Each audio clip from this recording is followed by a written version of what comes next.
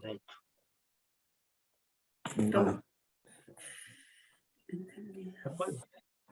Bueno, pues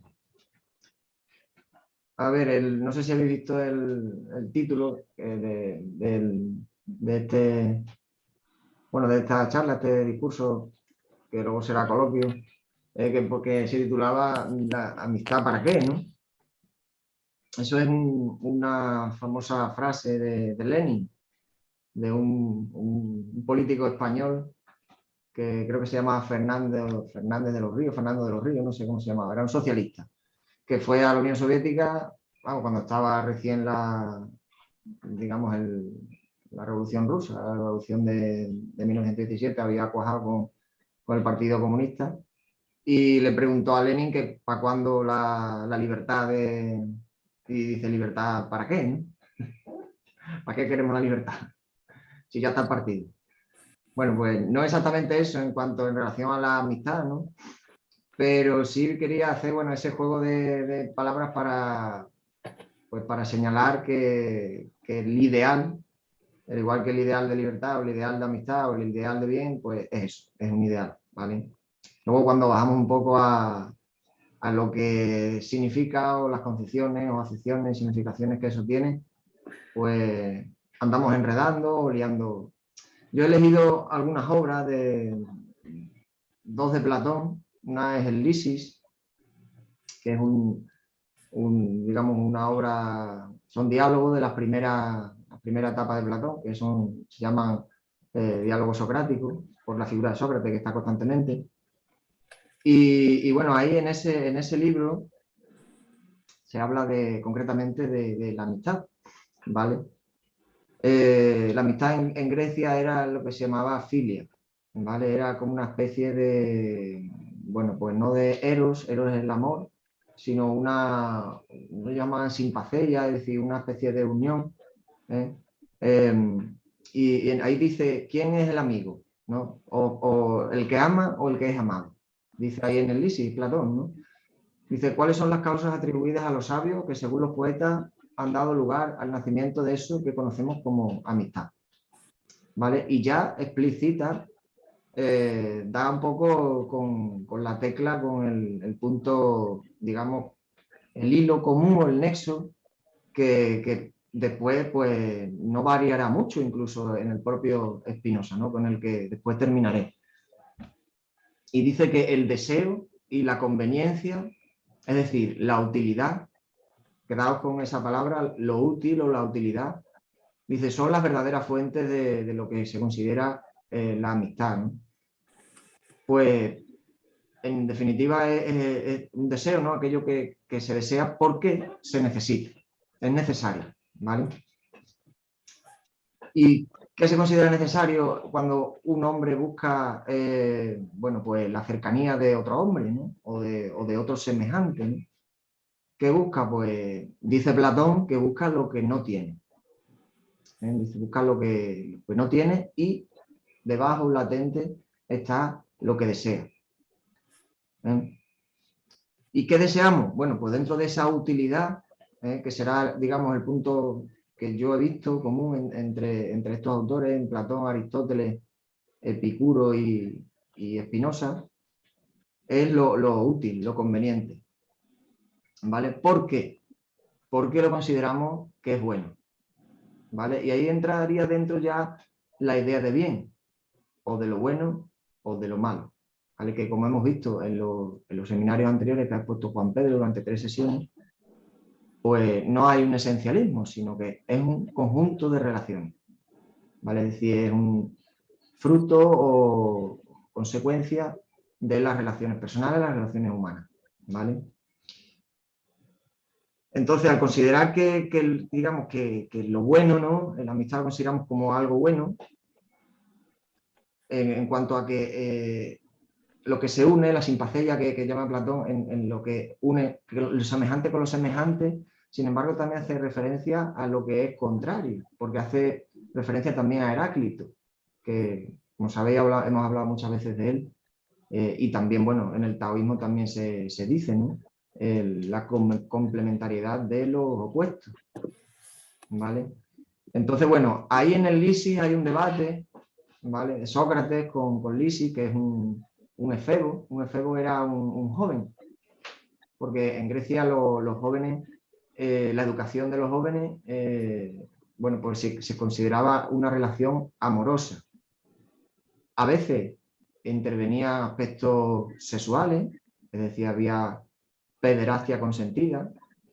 Platón, desde luego, no defiende, digamos, esta postura, pero los efebos Lisi, bueno, pues discute con Sócrates, habla con Sócrates sobre qué es la amistad, y ahí no, bueno, pues no queda muy claro si es porque hay una utilidad en cuanto a lo que busca la semejanza con la semejanza, o lo que es contrario a lo contrario, es decir, o sea, lo contrario al opuesto con el contrario, ¿no? Es decir, los opuestos, es decir, el que tiene digamos, una actitud, bueno, pues por considerarse buena con el que no la tiene tan buena, ahí hay una utilidad, ¿no? Pero al final dice, bueno, que la amistad, la verdadera amistad, como idealista que es Platón, dice que solo puede existir entre los hombres buenos. ¿Vale? Es decir, hay un diálogo, pero no llega a una conclusión, esta es la conclusión a la que llega. Entonces, bueno, no me quedé un poco satisfecho con lo que ahí había y me fui al banquete de Platón, que es una obra archiconocida, muy famosa. Se llama bueno, pues el banquete o del amor, ¿no? Que es, hacen alusión al Eros, al dios Eros, ¿no? Que es el que, digamos, el dios que impulsa o da el impulso para buscar el bien, la belleza, ¿no? En sí mismo, ¿no? Y ahí el banquete, el propio banquete, si nos fijamos un poco trayéndolo aquí a la actualidad, ¿no? La amistad es un conjunto de relaciones, es decir, ahí en el banquete de Platón se escenifica, pues eso, una tertulia, un diálogo entre una serie de personajes, ¿no? Alcibíades, está Aristófanes, bueno, Erisímaco, Sócrates, por supuesto, y es una comida. Por ejemplo, la amistad las relaciones de amistades, siempre nosotros seguimos manteniendo esa costumbre, ese ritual, ¿no? En el cristianismo también se habla del ágape, en donde se reúnen a tomar algo y a dialogar, a charlar, ¿no? Todavía conservamos esa tradición, esa costumbre, ¿no? de reunirnos y considerarlo amigos o amistades, ¿no? Vale, eso digamos sería una formalidad, Platón le da la formalidad del banquete, ¿vale? A mí me llamó la atención ahí en ese texto, porque se hablan de Sócrates, casi siempre llega tarde. En los diálogos que Platón pone, Sócrates siempre llega tarde, y dicen que se llega tarde porque sufre como una especie de ensimismamiento que, dice Sócrates, se queda como fuera de sí, es decir, se queda, claro, nosotros le llamaríamos que está en un estado meditativo, pero lo dice ahí, dice que se queda como en, y a veces incluso hasta horas y horas, ¿no? Es decir, una jornada entera se queda sentado de pie en cualquier sitio sin decir nada y sin moverse. ¿Vale? Y dicen que él, bueno, pues que recibe él habla de que recibe como no sé cómo llamarlo, la llamada o de un demonio, ¿no? Un daimon, ¿no? Que en griego es como una especie de dios, dios menor, ¿vale? Dice que él es el que le induce a los pensamientos, es decir, a su diálogo interior, ¿no? Que después, bueno, pues intenta poner en marcha, ¿no? Ahí, bueno, Platón en el banquete lo que hace es que deja, digamos, un poco, pone de manifiesto que el filósofo, el sabio, siempre actúa por amor a lo que estima justo y bueno. Es decir, ahí están latentes las ideas de bien, la idea de justicia, la idea de belleza, la idea de verdad, la idea de virtud. Y bueno, los que a esa idea se aproximan, que no dejan de ser ideas, pues coinciden en ello, ¿vale? Y no conocen otro camino, sino que el camino de la sabiduría es, bueno, pues el que lleva a hacer al hombre justo, bueno, y el camino de la ignorancia, el camino digamos, de las opiniones, las dosas, el camino contrario, pues llevaría a la ignorancia y, por tanto, a ejercer el mal. ¿Vale? Estas son, digamos, un poco el planteamiento de Platón. Incluso Juan Pedro ha hecho muchas veces referencia a Terencio. Y aquí en el banquete se hace referencia también a él. ¿No? Dice, nada de lo que sea bueno nos puede ser ajeno. Dice, perdón, nada de lo que sea humano nos puede ser ajeno. Y aquí voy a leer un pasaje de la página 27.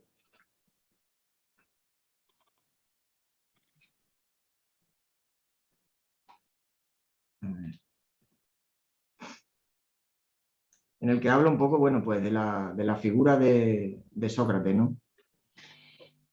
Y dice dice, Sócrates no cobraba, es decir, él, digamos, criticaba a los sofistas que se consideraban sabios y criticaba el que se enriquecieran, bueno, pues al enseñar, ¿no? Dice, era pobre o poco menos, dice, se le podía encontrar por las calles, las plazas, los mercados, los gimnasios, humildemente vestido, descalzo, indiferente a todo aparato exterior, sin preocuparse ni poco ni mucho de lo que los demás hombres solían considerar como los mayores bienes. No hacía caso ni a riqueza, honores, lujo, comodidades, dice, o al mando o al poder. A lo único que le preocupaba y lo que estaba siempre dispuesto era a refutar lo malo, a combatir la ignorancia y a buscar la sabiduría, sometiendo al sereno e inflexible juicio de la razón todos los principios, todas las tradiciones, todas las creencias y todas las ideas. ¿Vale? Ese, digamos, un poco Sócrates, que era para la masa, dice, solo era un látigo, un cesor molesto. Dice, quizá tenía la costumbre de quedarse de pronto absorto en sus meditaciones y permanecer en ellas indiferente a cuanto pasaba a su alrededor. Dice, podría pasar por un visionario o un chiflado. Esa es la figura de Sócrates. ¿Vale?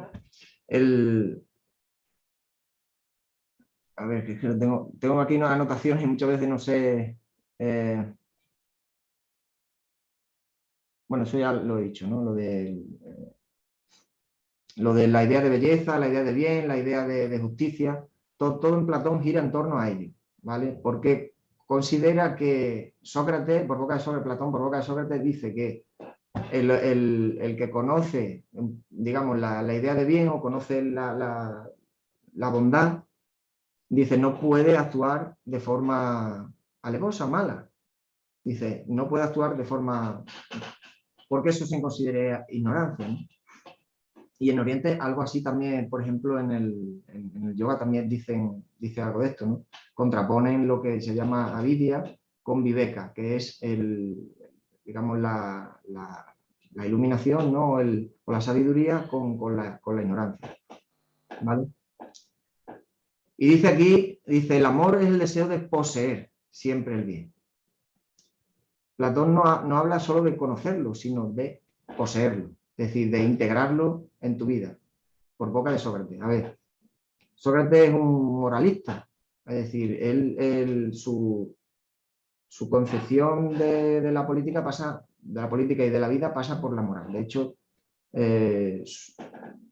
su decisión de tomar la cicuta fue precisamente por eso, ¿no? Por un acto de generosidad y de ejemplo moral hacia sus conciudadanos. No sé si conocéis pues la apología de Sócrates, ¿no? Supongo que sí, que la conoceréis, ¿no?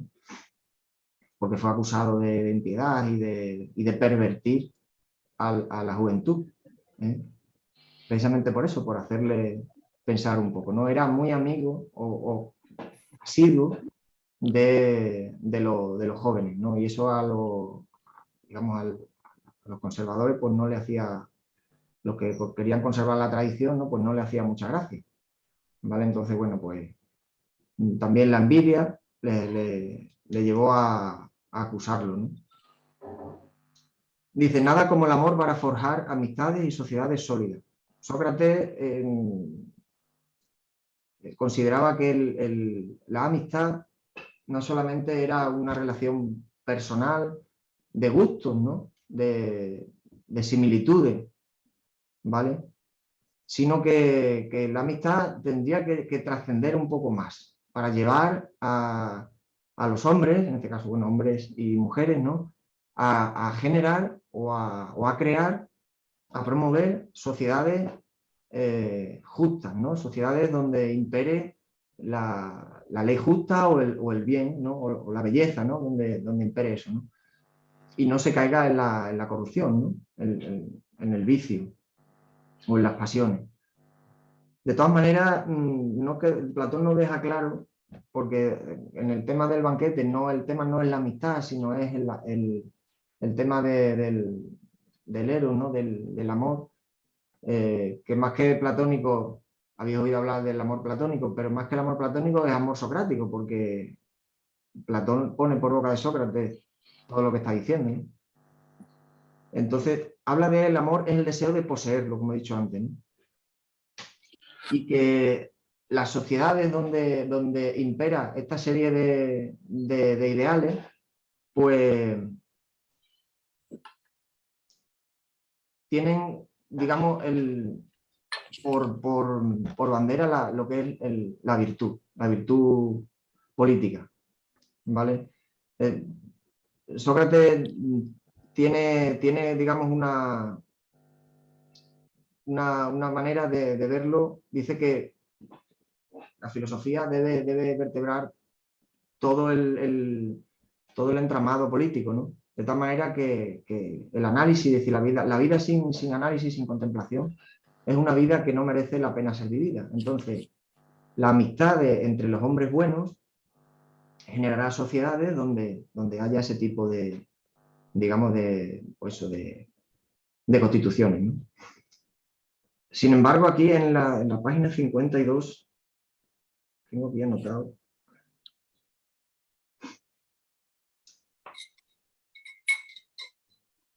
el autor digamos, en los preliminares habla de Schopenhauer, y me llamó un poco la atención cuando estaban, digamos, he hablado antes de la similitud, la semejanza, ¿no? Porque en las relaciones personales, pues siempre tendemos a buscar aquellos que piensan como nosotros, o tienen los mismos gustos, tienen las mismas aficiones, las mismas tareas, las mismas...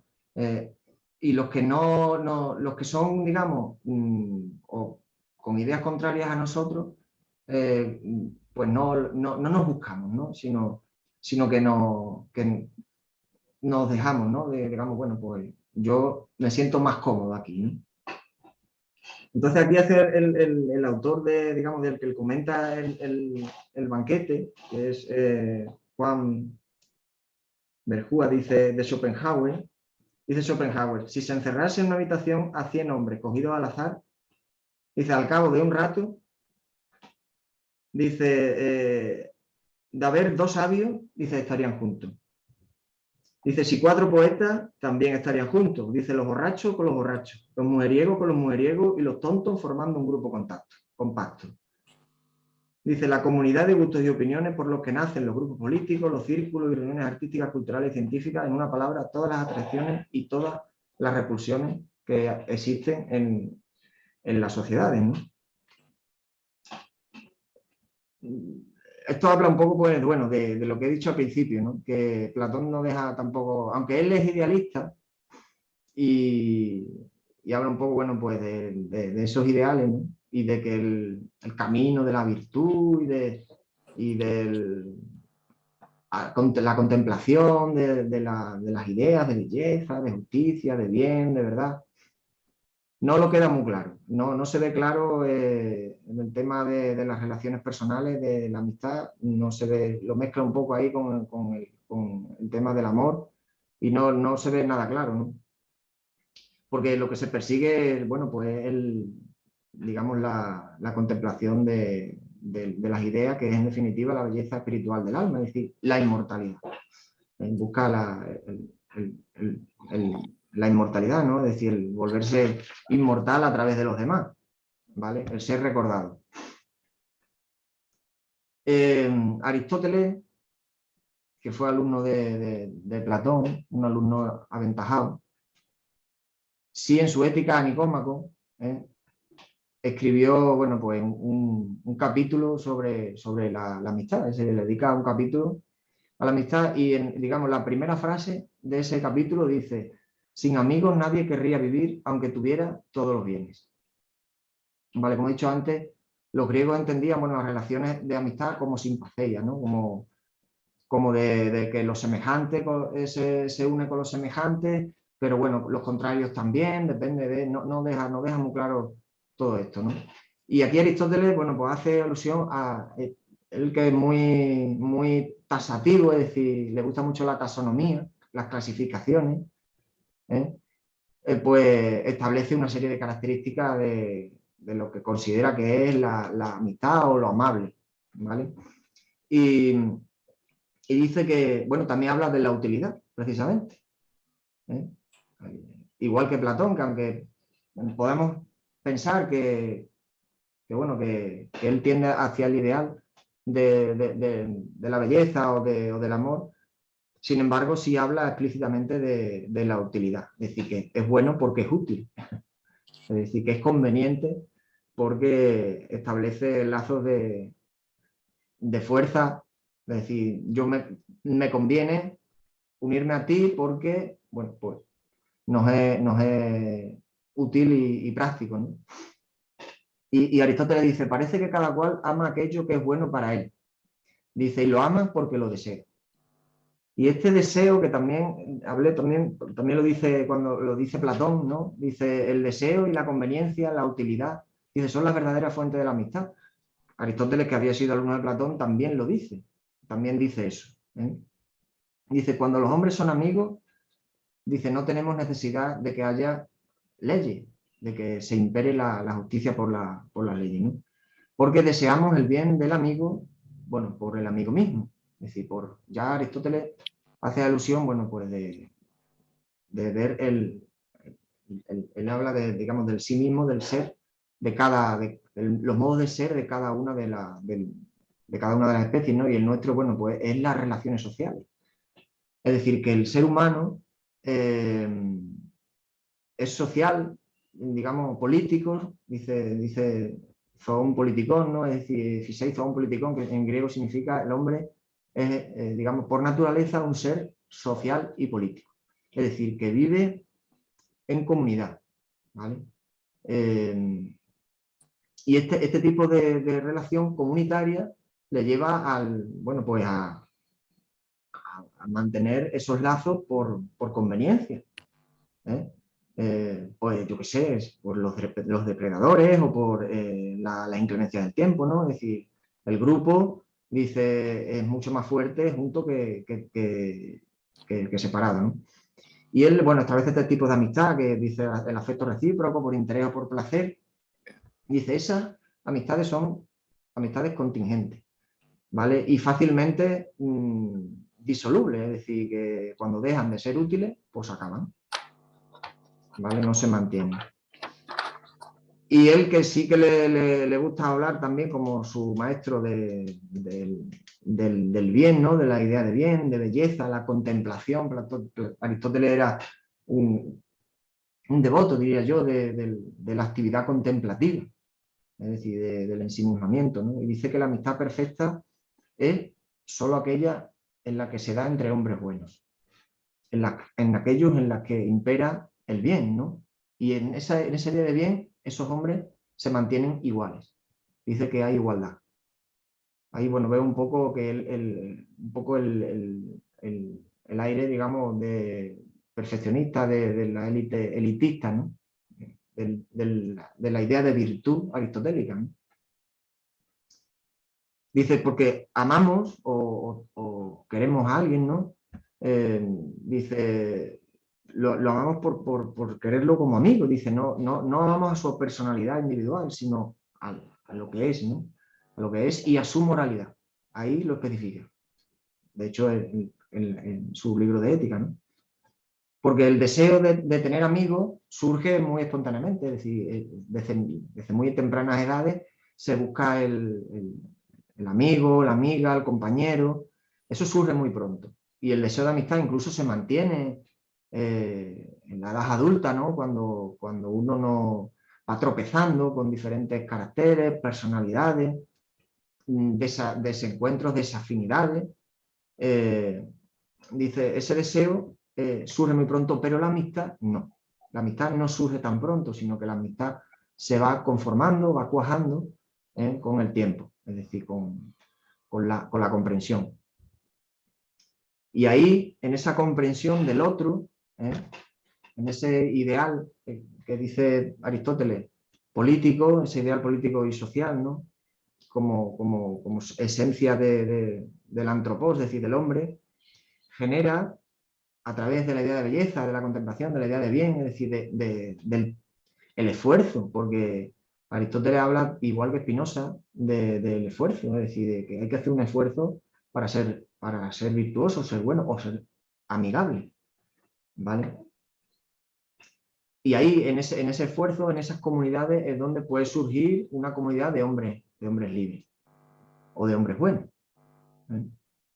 Ahí es donde puede surgir una verdadera, digamos, utilidad amistosa, lo llamaría yo, más que ideal de amistad. Y luego diré, al final diré por qué, ¿no? Porque como he dicho, bueno, pues la amistad, ¿para qué, no? ¿Para qué eso de la amistad, ¿no? Y aquí él, en Ética Nicómaco, en el apartado de la amistad, dedica un apartado al amor propio, que a mí me parece muy importante. Por eso lo he anotado, ¿no? El amor a sí mismo, ¿no? El amor propio. Y él dice que el hombre bueno se amará sobre todo a sí mismo. Pero claro, esto dista mucho de ser algo egoísta. Se interpreta mal eso de que amarse a sí mismo es ser vanidoso, vanagloriarse o mirarse el ombligo, ¿no? Sino que es vivir conforme a la razón. Y la razón es lo que los griegos llaman el logos, ¿vale? Que es lo contrario de vivir entregado a las pasiones, a los vicios, ¿vale? Es decir, el logos, vivir conforme a lo necesario, ¿vale? Que Aristóteles, bueno, entiende que es lo que él llama, bueno, pues la esencia, la usía, que le llama él, en griego es usía, la esencia, la sustancia del ser humano, ¿no? Que él dice que es el conocimiento, aprender, querer aprender o desear aprender. El ideal de lo noble, es decir, lo noble en el hombre, lo más virtuoso, es el perfeccionar esa manera de entender las relaciones, ¿no? Él habla de comunidades, pues eso, de hombres virtuosos, de hombres que son los que realmente deberían, según su concepción política, pues dirigir la sociedad, ¿no? Gobernarla, porque se gobiernan a sí mismos. Por eso el amor propio es un poco lo que los griegos llaman autarquía, es decir, la autarquía, la autonomía, el conocimiento de sí mismo, el autoconocimiento del que habla Sócrates, ¿no? Es decir, el conocerse a sí mismo o el tenerse como sí, el conocimiento, ¿no? El autoconocimiento. Y en este tratado dice, en este libro sobre la amistad, dice que también habla sobre, bueno, justo después habla sobre la felicidad y dice que la amistad, dice, sin amigos nadie querría vivir, aunque tuviera todos los bienes, ¿no? Es decir, la amistad la considera que es un bien necesario para ser feliz, es decir, para alcanzar la felicidad, ¿no? Y ellos se da en las comunidades donde hay hombres buenos y justos. La felicidad se entiende como otra virtud, ¿eh? Como otra virtud en el que el ser humano pues tiende hacia la actividad contemplativa, la actividad meditativa, reflexiva, filosófica, en ese sentido, ¿no? Pero no está dando mucho la chapa con tantas cosas filosóficas. No sé si se me está entendiendo bien o hablo de muchos términos que no se comprenden. Se entiende muy bien y a mí me está encantando. ¿Tú sigue? Vale, sigo. Bien. Bueno, a mí me gusta mucho citar algunas, eso porque de memoria no. Entonces, cito a Aristóteles.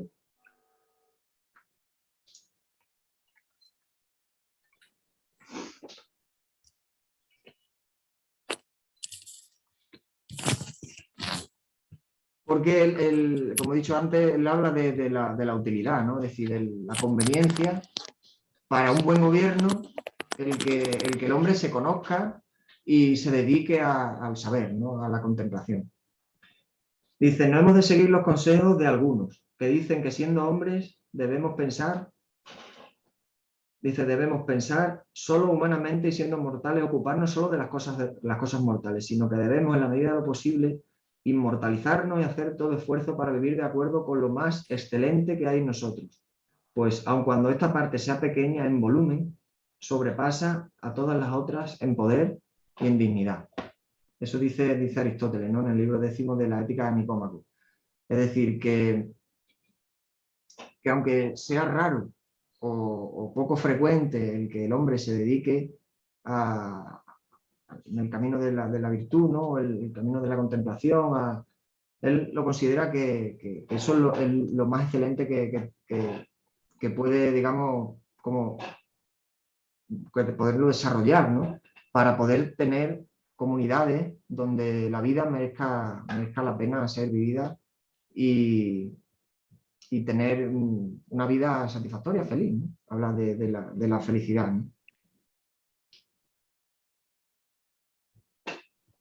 Y bueno, tras digamos, el gran alumno de Platón, Aristóteles, que le llamaban la mente, o el lector, porque estaba siempre leyendo. Bueno, pues uno de sus alumnos fue Alejandro Magno. No sé si en el escrito que puse en el grupo sobre la filia en Epicuro, hablé un poco sobre la decadencia de la polis griega, porque tanto Aristóteles como Platón, de hecho Platón en su república, no es república, se llama politeia, es decir, un poco lo que habla es de la organización de la ciudad, de la polis, como un microcosmos que tiende a imitar la naturaleza, es decir, las leyes de la naturaleza, ¿no? Como el hombre forma parte de ese conjunto, de ese cosmos, de ese orden, porque cosmos significa orden. Es decir, si el hombre forma parte del orden del cosmos, la poli tiene que emular ese orden, ¿no? Entonces ellos viven en ese orden, en el orden de la polis que imita o emula digamos, esas leyes, ¿no? Sin embargo, con digamos, la decadencia del imperio griego, del imperio ateniense, con la guerra del Peloponeso, bueno, pues la conquista de Filipo III, el padre de Alejandro Magno. Aristóteles fue preceptor de Alejandro Magno. Alejandro Magno, bueno, pues conquistó Grecia, conquistó Persia, llegó hasta la India, y sus lugartenientes se dispersaron, se disgregaron por todo el orbe heleno, ¿no? Es decir, y ellos le llamaron lo que se conoce en griego como okumene, es decir, se pasó de la polis a la okumene. La okumene es como el lugar común, significa literalmente eso, lugar común, es decir, lugar donde se habla griego. Ellos consideraban que los que hablaban griego eran digamos, los cercanos, ¿no? Los comunes. Y los que no hablaban griego le llamaban bárbaros, que no como nosotros lo entendemos, de brutos, sino que no hablan el idioma griego, ¿no?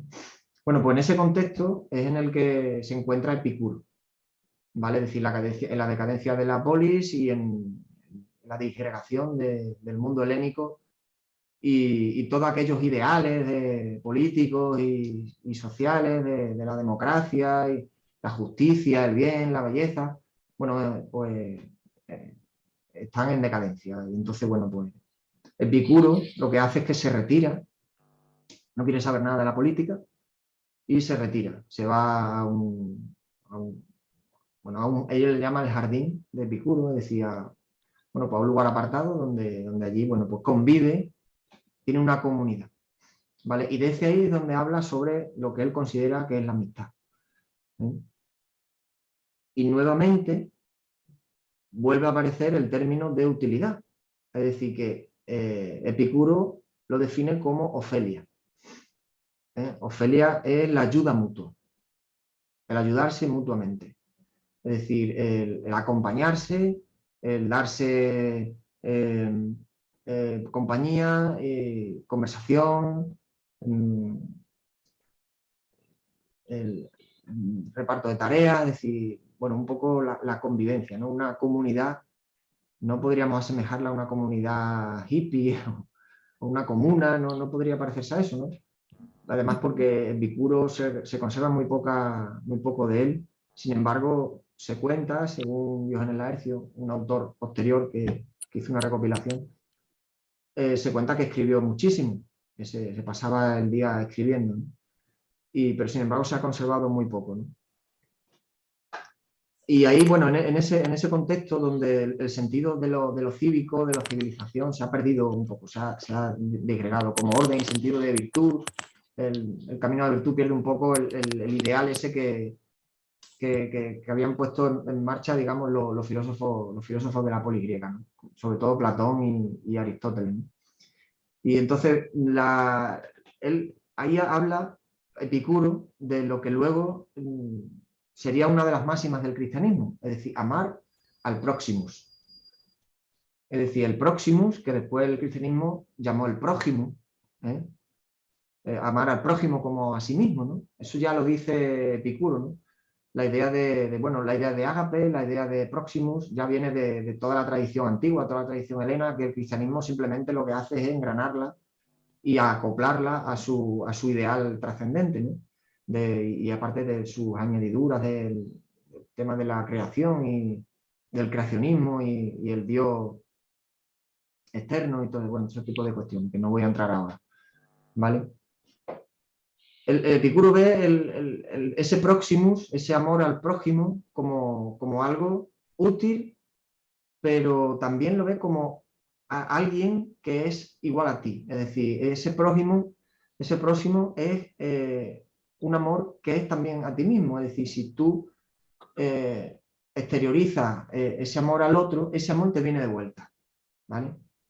No sé si, bueno, el tema del karma, ¿no? Del karma hindú, es decir, que todas las acciones que tú haces provocan un efecto, ¿no? Una causa-efecto, y eso vuelve a ti, ¿no? Bueno, pues una especie así para que se entienda, es decir, si tú ofreces todo sin pedir nada a cambio, simplemente amando al prójimo, bueno, pues todo eso puede vuelve en el otro, ¿no?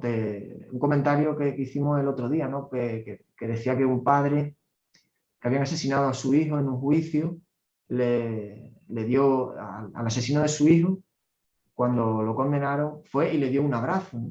Y este chico se derrumbó, ¿no? Es decir, el padre lo desarmó completamente, porque él esperaba una reacción de odio. Entonces, esa compasión, o ese amor al otro, esa comprensión lo quedó sin argumento, es decir, no, sin reacción, lo derrumbó, ¿no? Y algo de eso, me gusta mucho la amistad así entendida de Epicuro, ¿no? En un sentido ético, ¿no? De amor al otro de forma altruista, ¿no? Lo que pasa es que ese amor altruista también está relacionado con el concepto de autarquía, del sabio helénico, ¿no? El que da todo sin pedir nada a cambio. Es decir, que ve al otro como un fin en sí mismo, ¿no?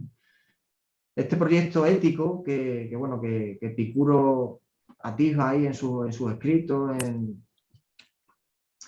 de convivencia, ¿no? Del individuo en libertad, individuo libre o en libertad, con otro individuo también, ¿no? En comunidad, que se llama así. Bueno, un poco también idealista, pero bueno, ahí también está latente lo que es el término de útil, de pragmatismo, ¿vale? Y bueno, de aquí voy a dar el salto, cito al último autor que no sé por qué siempre me llevan ahí los pensamientos muchas veces a Spinoza, ¿no? Y he leído su Ética, esta es la tercera vez que la leo, la tengo subrayada y tengo anotaciones. Y Juan Pedro hizo un comentario a la Ética y nos facilitó al mismo tiempo un poco la comprensión también. Bueno, aparte que también lo he estudiado a fondo, no solamente en salud ética, sino el tratado teológico-político y otras obras de Spinoza, ¿no? También late aquí el concepto de utilidad, de pragmatismo, ¿eh? Es decir, al final, aunque Platón sea un idealista, Aristóteles no es un idealista, pero sí hace alusión, ¿no? Digamos, a buscar la virtud a través de lo que llama el intelecto agente, es decir, como una especie de la gracia en cristiana, es decir, buscar la contemplación divina de aquello que compartimos con el cosmos, ¿no? Y Spinoza le da a la amistad una función práctica, es decir, una función utilitaria, ¿vale? Y él habla, bueno, pues de que a pesar de que se le encasilla como un racionalista, es decir, si tú estudias cualquier manual de filosofía o buscas a Spinoza en las redes o en internet o en Wikipedia o en algún... Él se le encasilla como un racionalista, ¿vale? Sin embargo, Spinoza, que sí que es un racionalista, no habla de la razón, pero tiene un concepto de la razón un poco peculiar, ¿no? De las matemáticas. Incluso yo creo que no ha habido nadie que haya hecho una ética según el orden geométrico. Eso es una genialidad de Spinoza. Dice que la esencia del hombre es el deseo. Y esto me llama mucho la atención porque el tantrismo, es decir, los tántricos también dicen esto. Dicen que debajo de todo digamos, todas las conductas humanas, todos los comportamientos, late el deseo. Dice, y la esencia del hombre es el deseo, no la razón, ¿vale? Él considera que el conocimiento, igual que Aristóteles, es el camino de la virtud. Pero claro, aquí ya Spinoza hace una distinción. ¿El conocimiento de qué? ¿No? El conocimiento de Dios o de la naturaleza, que él lo considera homólogos, es decir, la naturaleza o Dios es lo mismo. De hecho, lo dice Deus sive natura, natura sive Deus, es decir, Dios la naturaleza, naturaleza Dios. Él considera que es lo mismo, ¿vale? Esto se puede entender, bueno, como un panteísmo, es decir, en el que todo es, como decía Heráclito, todo está lleno de lo divino, es decir, todo es Dios, ¿no? Son manifestaciones, ¿no? ¿Vale? Y bueno, pues el conocimiento de Dios sería simplemente, bueno, pues en nosotros sería simplemente la manifestación de lo que él llama el conatus, es decir, la esencia de todo ser, el perseverar en ser, es decir, en seguir siendo, ¿vale? Entonces, para aspirar a ese conocimiento, que Spinoza lo considera el conocimiento de Dios, es decir, el conocimiento de Dios, las leyes de la naturaleza, ¿no? Esa causa que hace que todo lo demás surja, ¿no? Él dice que es la sustancia infinita que tiene, digamos, pues, que es en sí misma, o sea, que no tiene una causa, es causa sui, se llama, ¿vale? Se causa a sí mismo, no es causada por otra. Esto es importante saberlo porque él parte de eso y a partir de ahí elabora su ética, ¿no? Pero sí que dice que ese conocimiento, porque nosotros, dice Spinoza, tenemos, según Spinoza, somos extensión y pensamiento. Es decir, de los muchos atributos, porque la sustancia infinita tiene miles de atributos, el ser humano solo tiene dos de esos atributos. Y él lo llama extensión y pensamiento. Extensión es lo material, ¿vale? Lo externo. Y el pensamiento, bueno, pues lo interno, ¿vale? Porque dice que el del noúmeno es un concepto kantiano que significa, bueno, pues la cosa en sí que nosotros no podemos percibir, porque nosotros percibimos a través de, bueno, pues del pensamiento y la extensión, y los otros no podemos conocerlo, ¿vale? Entonces, ciencia del número no puede haber, ¿vale? Sino ciencia del fenómeno, ¿vale? Y aquí Spinoza dice que nuestra razón, bueno, pues igual que Kant, dice que es limitada, ¿no? Entonces, el conocimiento o el saber nunca está cerrado, ¿eh? Nunca es definitivo y nunca es perfecto, ¿vale? Incluso el propio concepto infinito de Dios es el que hace que la metafísica pues, se invalide un poco a sí misma, lo que he dicho, ¿no? Que no puede haber ciencia de lo que la cosa en sí que no podemos conocerlo, ¿vale? Y aunque él parezca, pues eso, se le puede tachar o de tildar de materialista, incluso de espiritualista con respecto a lo del alma humana, al concepto de Dios. A él lo que la ética le preocupa, o vamos, le preocupa, lo que él estudia es la conducta, es decir, el comportamiento del hombre, ¿vale? Y dentro de la conducta, hay, como he dicho, somos un ser en relación y la conducta, nuestra conducta, al estar en relación con los demás, bueno, pues ahí se da todo digamos, el abanico de posibilidades en relación con los demás, ¿no? Y ahí entraría dentro la amistad, en una de ellas, ¿no? ¿Vale? Él dice que, bueno, hay tres realidades en la conducta humana, tres pasiones, la llama. Los afectos, ¿no? Se preocupa de los afectos. Es decir, las tres principales son la alegría, la tristeza y el deseo.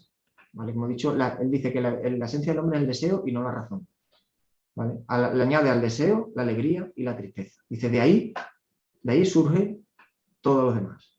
Todos los demás, el odio, la ira, bueno, pues todas las conductas del ser humano, ¿no? Todo lo que le afecta, ¿no? De hecho, a la alegría, la tristeza y el deseo le llaman los tres afectos básicos, y todo lo que deriva de él, todas las realidades que arrancan de esas tres, le llama las pasiones, ¿no? Y bueno,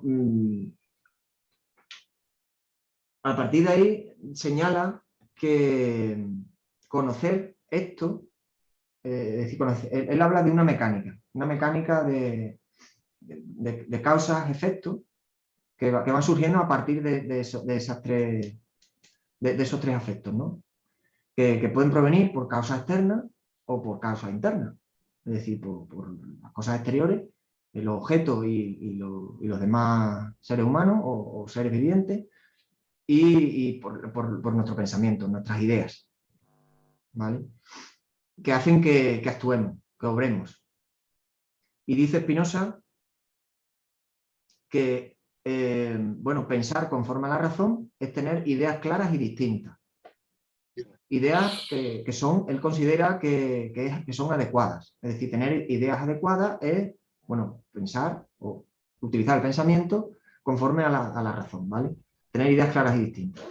¿Y qué son esas ideas claras y distintas? Por el conocimiento de las leyes de la naturaleza, ¿vale? No según el pensamiento digamos, nuestra forma de percibirlo, sino conforme a, bueno, a la razón matemática, ¿no? O a la razón científica, ¿no?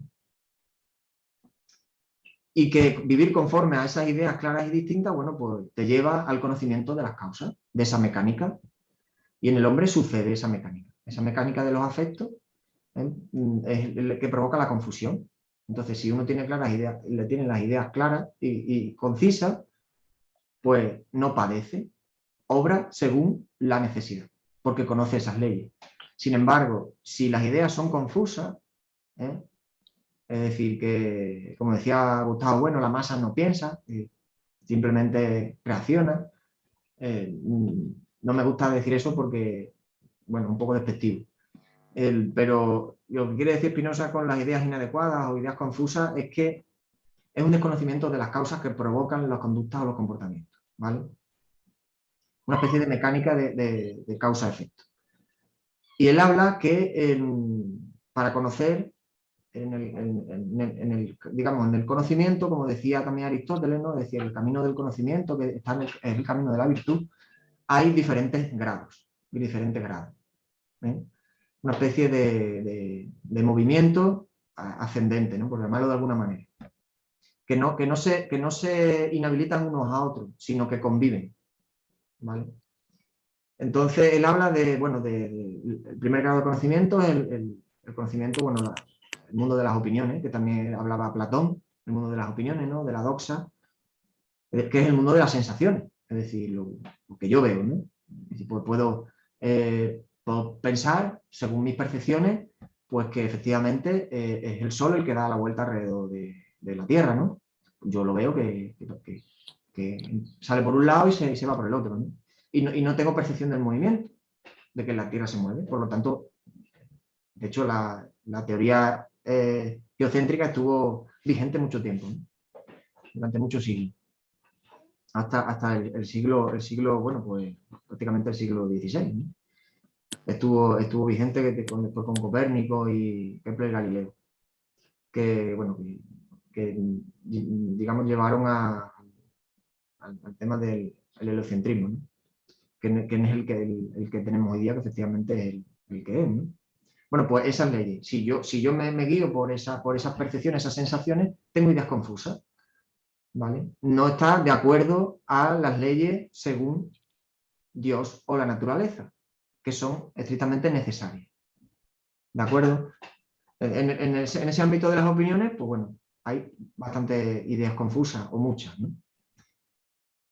A medida que voy conociendo, bueno, pues yo conozco que efectivamente es la Tierra, aunque yo no note el movimiento, pero claro, porque el movimiento es compartido, hay un principio de inercia, entonces no lo puedo sentir, pero lo conozco.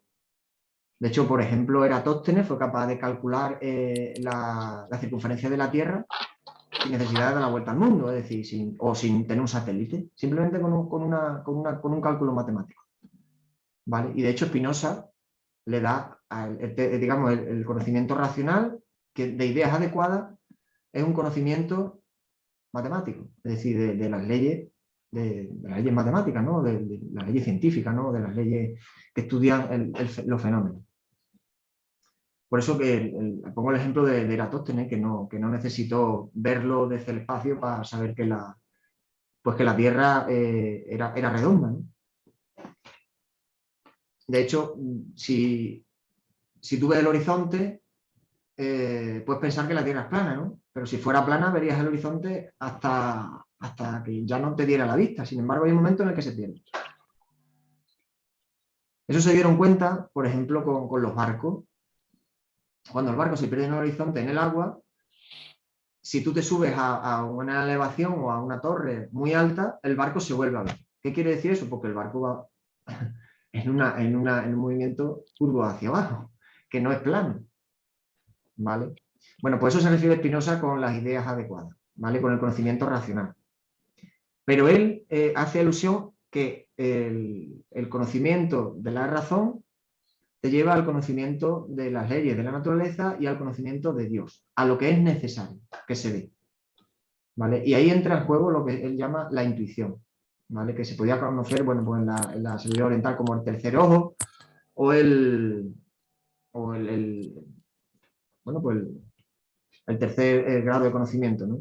El ojo el ojo de Dios, ¿no? Se llama en la sabiduría oriental, ¿no?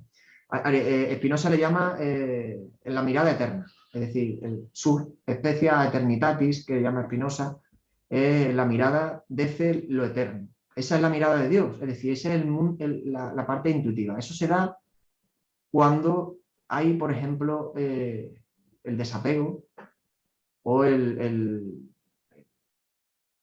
lo que llamamos vairagya, ¿no? Se llama en yoga, es decir, o en el Vedanta, se llama el desapego, es decir, el no tener identificación con lo contingente, sino que me identifico, o no me identifico, sino que me mezclo, me fusiono con la totalidad.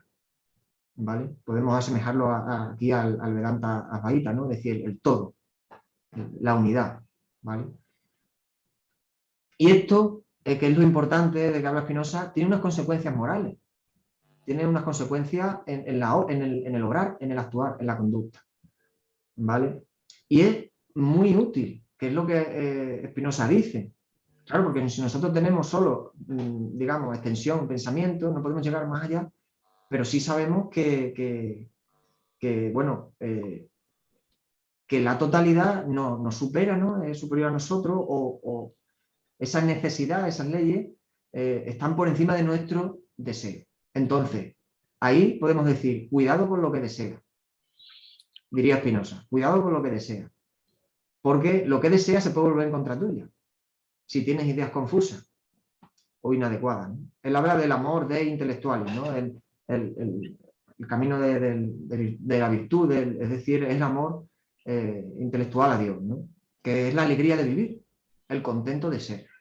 Porque él habla de que todo ser tiende a querer seguir viviendo, decía, perpetuarse, él llama el conato. Bien, espero no estarme enrollando mucho porque me queda muy poco, ya termino.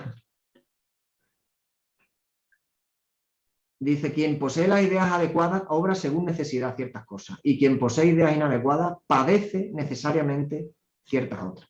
Es decir, uno obra el que tiene ideas adecuadas, y el que tiene ideas confusas, que todo lo mezcla, lo confunde, y se identifica con esas ideas, padece necesariamente. Porque él dice que hay un mecanismo en los afectos, ¿vale? Que parten de esos tres, de esas tres, digamos, de los tres principales, que es el deseo, la alegría y la tristeza, ¿vale? Dice, quien posee ideas inadecuadas está sujeto a las pasiones porque no conoce la causa de su padecimiento, es decir, ignora esas causas. Porque el alma y el cuerpo son una y la misma cosa, ¿vale? Pero claro, para conocer, como diría Aristóteles también, esas causas es necesario la voluntad, ¿vale? Por medio de la razón. Decía, es necesario hacer un esfuerzo. Esto que, por ejemplo, estamos haciendo nosotros hoy, ¿no? Porque el deseo, que es la esencia del hombre, puede desear muchas cosas, pero si yo deseo conocer, me evitaré padecimiento, el sufrimiento, ¿no? Dukkha, ¿vale? Si yo deseo, porque desear ser virtuoso también puede ser un apetito, dice Spinoza, puede ser un apetito, pero es un apetito útil. El otro es un apetito que me destruye o destruye al otro, porque me enfrenta a él, ¿vale? Y este deseo, que es también apetito, pero tiene un matiz distinto, y es que se tiene conciencia de ello. Y eso es lo que me parece muy, muy importante, lo que dice aquí Spinoza, ¿no? Que voy a citar...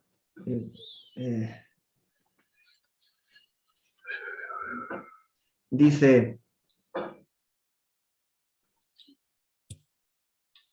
el deseo es el apetito acompañado de la conciencia del mismo. Nosotros no intentamos, queremos, apetecemos ni deseamos algo porque lo juzguemos bueno, sino que al contrario, juzgamos que algo es bueno porque lo intentamos, queremos, apetecemos y deseamos. ¿Vale? ¿Esto qué quiere decir? Que, digamos que deseamos algo, ¿no? Dice, no deseamos algo porque sea bueno, sino que al juzgar lo bueno, lo deseamos. No es bueno en sí, es que eso, acordaos que dijimos que lo bueno y lo malo no hay un esencialismo ahí, ¿vale? Sino que al juzgar lo bueno, lo deseo.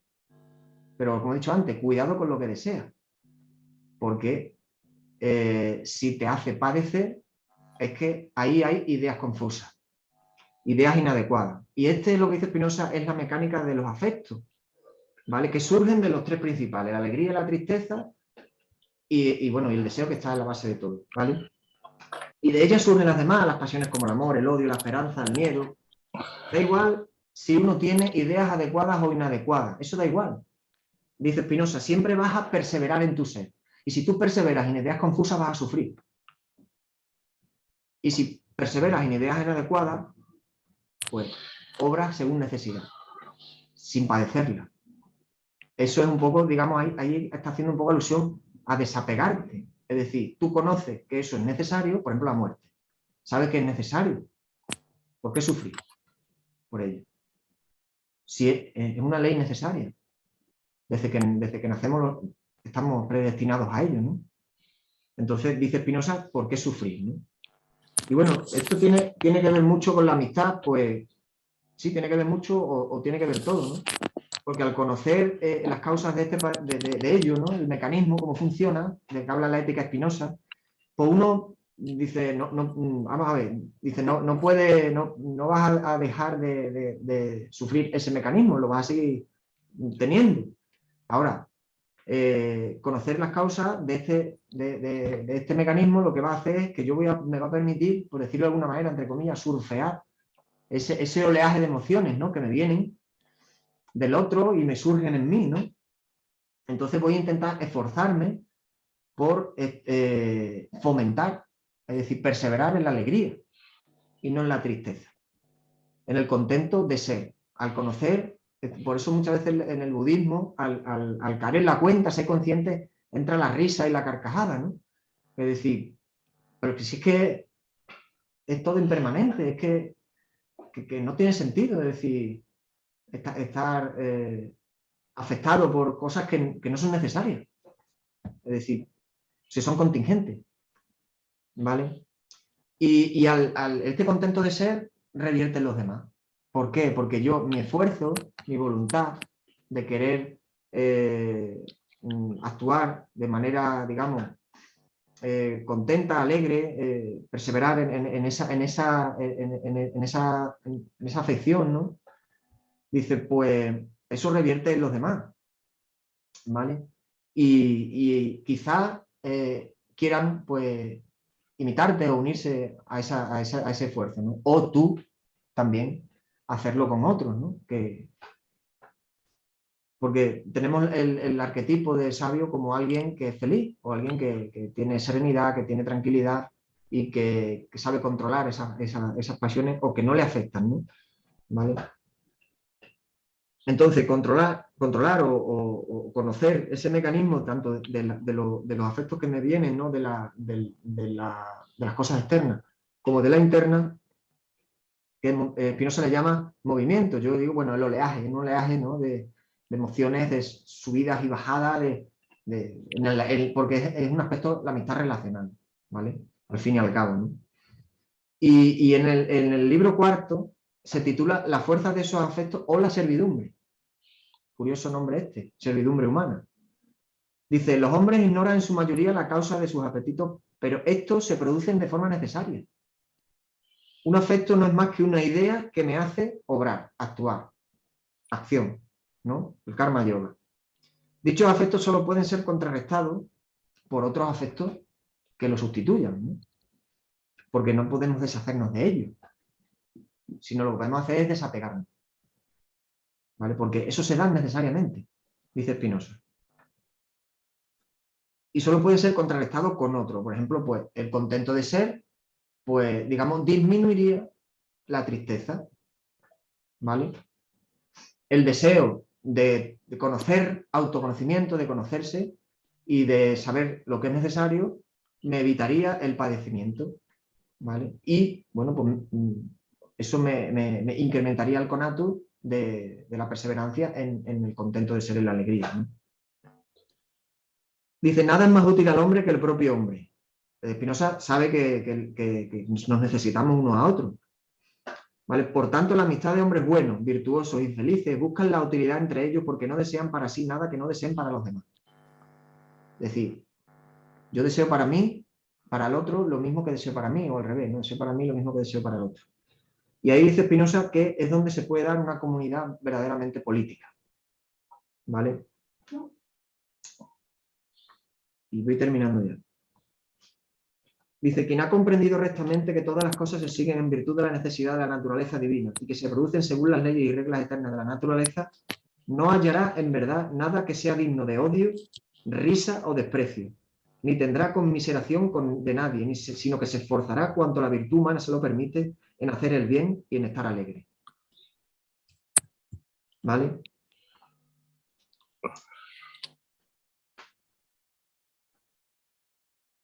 dice, según la guía de la razón, entre dos bienes escogeremos el mayor y entre dos males el menor. ¿Vale? Aquí usted está hablando de la libertad. ¿De acuerdo? Dice, un hombre libre en nada piensa menos, esto lo ha citado muchas veces Juan Pedro, en nada piensa menos que en la muerte. Su sabiduría no es una meditación de la muerte, sino una meditación de la vida. Es decir, él habla de incrementar el conatus de la alegría, del contento de ser, para generar comunidades de virtud, es decir, una comunidad política donde impere esa virtud, ¿no? Esa alegría, no una alegría como festejo, es decir, Spinoza no hace alusión a la alegría como un festejo, es decir, como una fiesta de, no sé, de una feria, ¿no? Sino que él habla de la alegría como, pues, la tranquilidad, ¿no? Y en ese camino de virtud, donde conlleva el esfuerzo comunitario también, ¿no? No existe el esencialismo ni el espiritualismo, sino lo útil, lo práctico. Lo común es la sabiduría y lo individualista es la ignorancia. En definitiva, bueno, el autoconocimiento de saber que lo necesario, ¿no? De conocer lo necesario, y aquí Spinoza, que no lo habla explícitamente, pero lo deja caer, conocer la sombra. Es decir, cómo funciona ese mecanismo de las pasiones, nos lleva a la comprensión, ¿vale? Y nos lleva a lo que en Oriente se llama viveka, junto con vairagya, que es el desapego, es decir, el no identificarse, ¿no? Con lo contingente que te lleva de un sitio a otro, ¿no? Y te lleva necesariamente, es decir, que no te puedes ver libro de ello, ¿no? Entonces, el camino de virtud es un camino, pues, de sabiduría, un camino de ecuanimidad, de lo que llamaban griegos la afrónesis, es decir, el equilibrio, ¿no? La templanza. Entonces, la verdadera amistad, pues yo no sé qué es eso. Es decir, verdadera en el sentido ideal, ¿no? Como una idea, ¿no? No sé, es un ideal, desde mi punto de vista, es un ideal romántico. La verdadera, digamos, amistad, pues surge en la comunidad como utilidad hacia una vida común, hacia una vida virtuosa, ¿no? Que al mismo tiempo, bueno, pues nos hace humanamente mejores, hacia un camino de virtud que nos hace mejores y más sabios y más felices, ¿no? Y bueno, la frase de Schopenhauer, pues da un poco también que pensar, ¿no? Que leí antes, ¿no? Que siempre tendemos hacia las afinidades, la semejanza, que es lo que hablaba el libro del Lisi de Platón, más que a las contrariedades, ¿no? Pero bueno, yo creo que Spinoza es mucho más profundo y habla del camino hacia el conocimiento de lo necesario, ¿no? Que es el que evita el verdadero sufrimiento. Bueno, yo creo que ya he terminado. ¿Tenéis alguna pregunta o algún comentario? Bueno, decirte que fantástico, me ha encantado. Sí, te he seguido más o menos casi todo y muchas gracias. No hay de qué.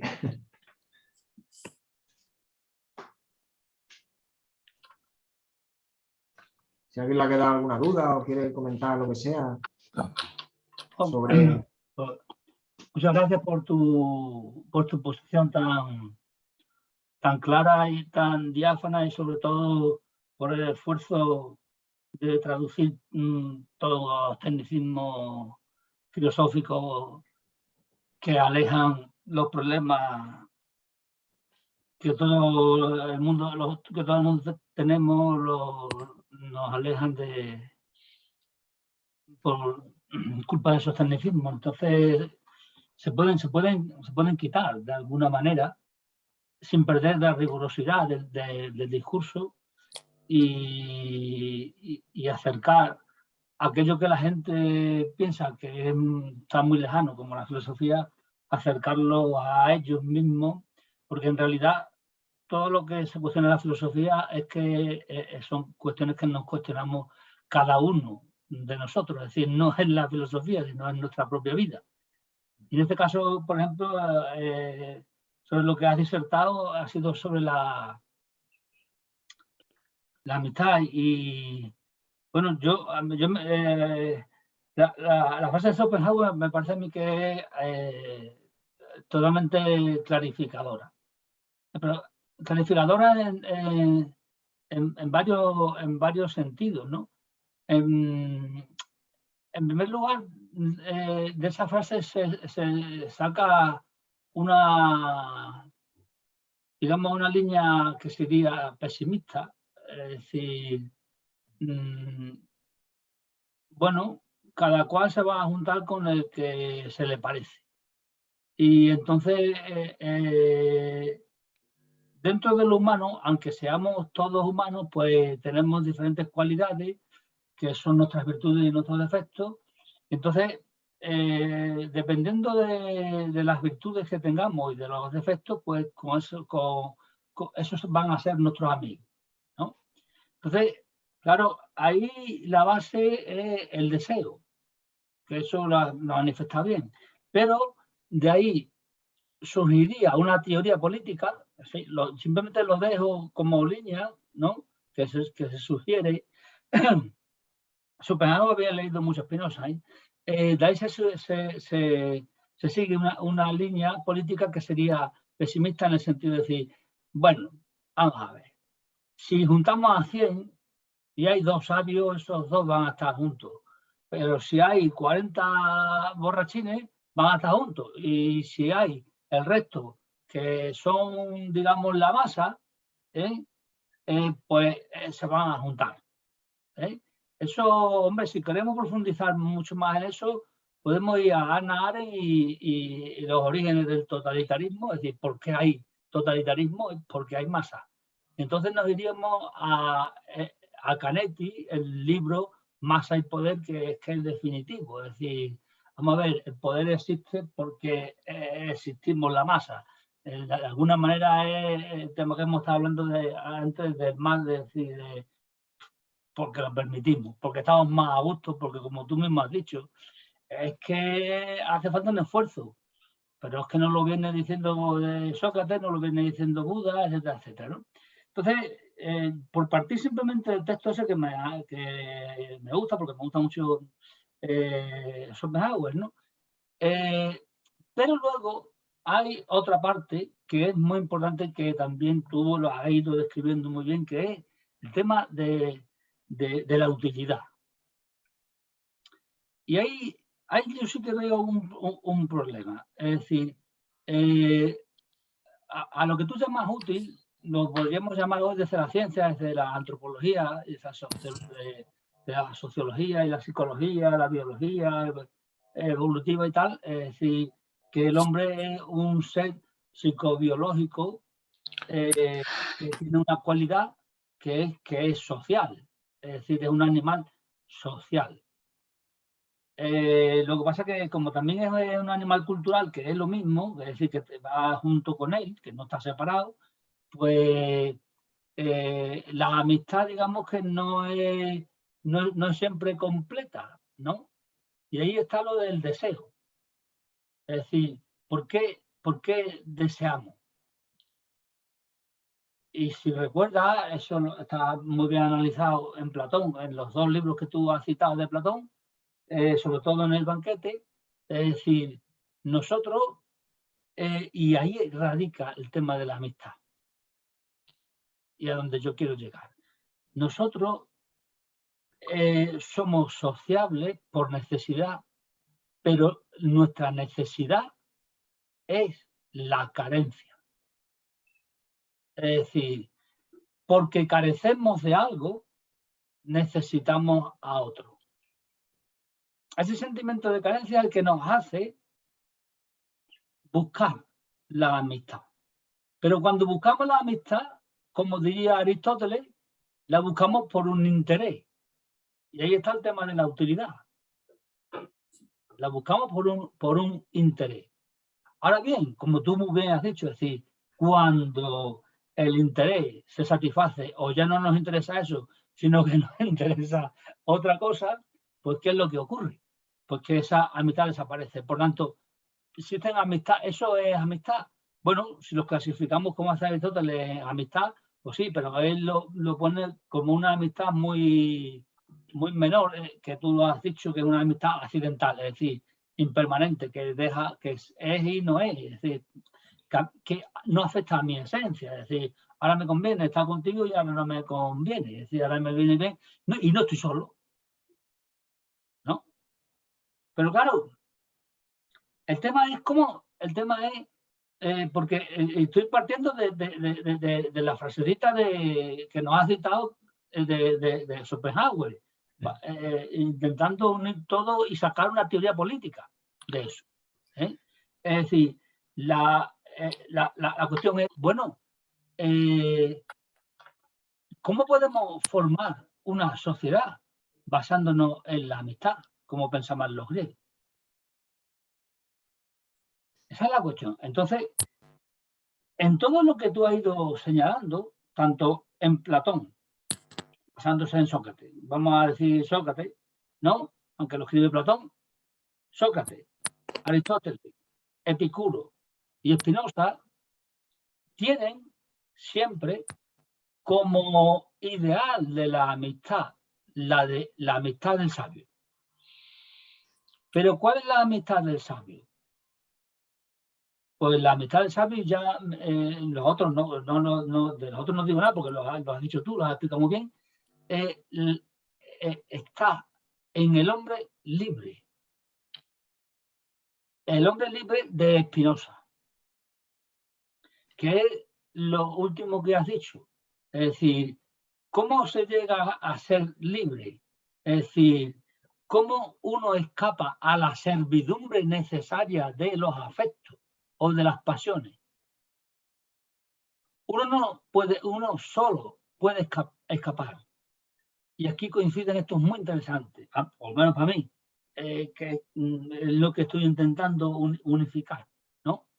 Aquí coinciden Sócrates, Buda, el Vedanta, el taoísmo, ¿no?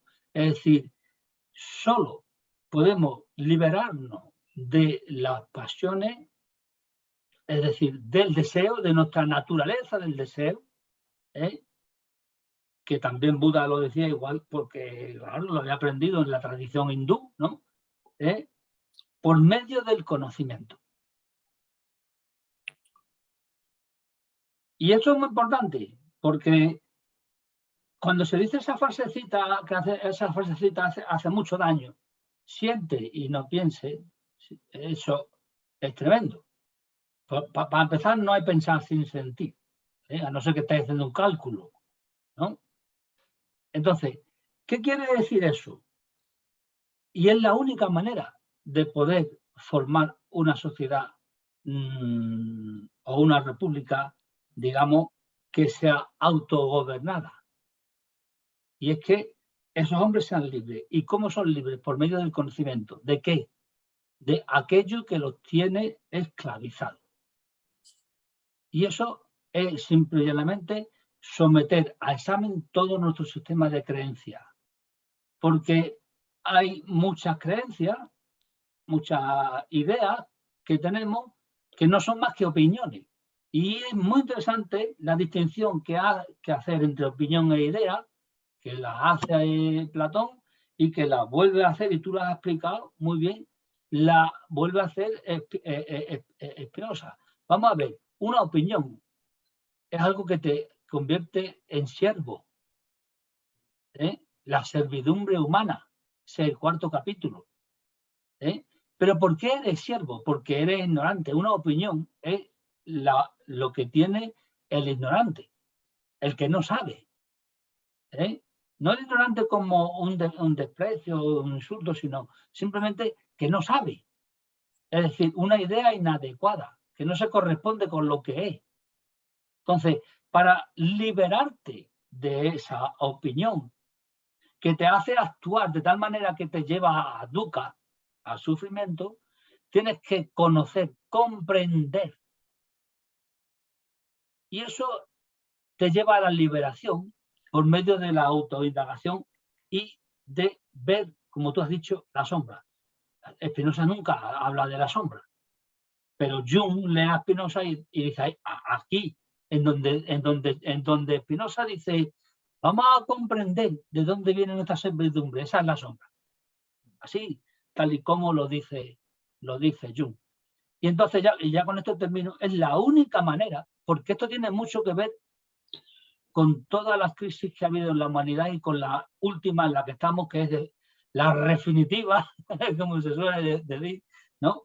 Es la única manera de poder crear sociedad de ciudadanos libres y autogobernados, con una posibilidad de autogobernarse. Eso no quiere decir que piensen lo mismo, porque eso es totalitarismo, sino que son capaces de pensar por sí mismos.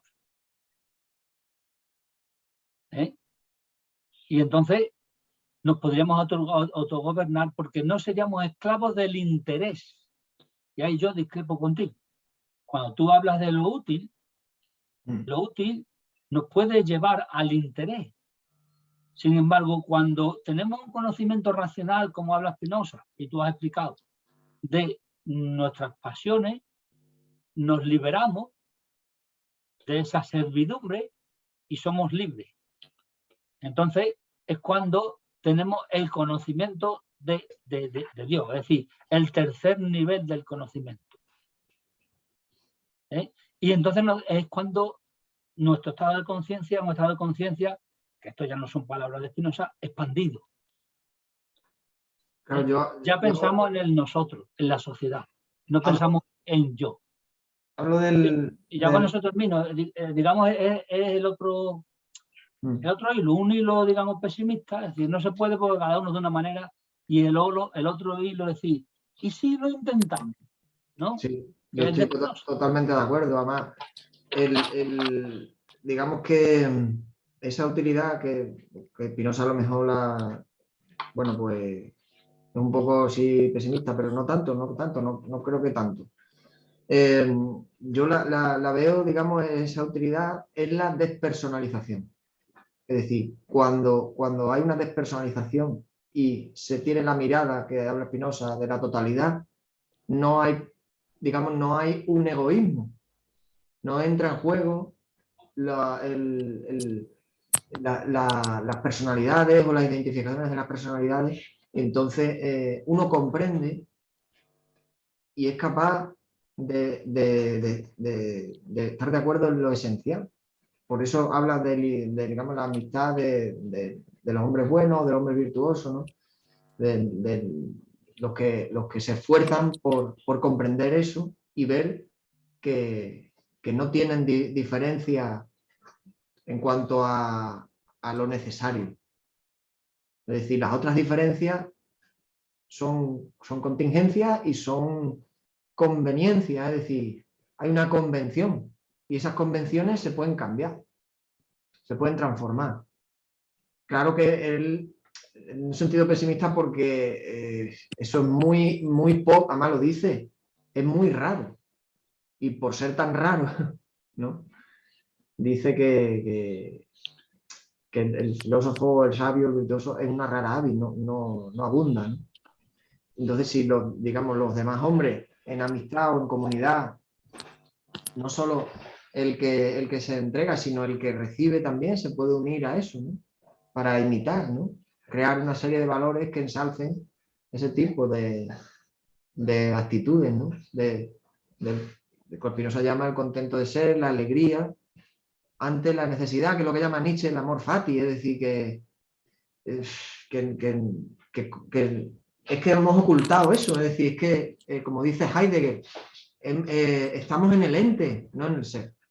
El ser está oculto, es decir, se ha borrado del mapa. Y estamos en una sociedad donde solo existe el ente, lo técnico, las cosas, los objetos. No hay un conocimiento porque es imposible que lo haya, porque no tenemos una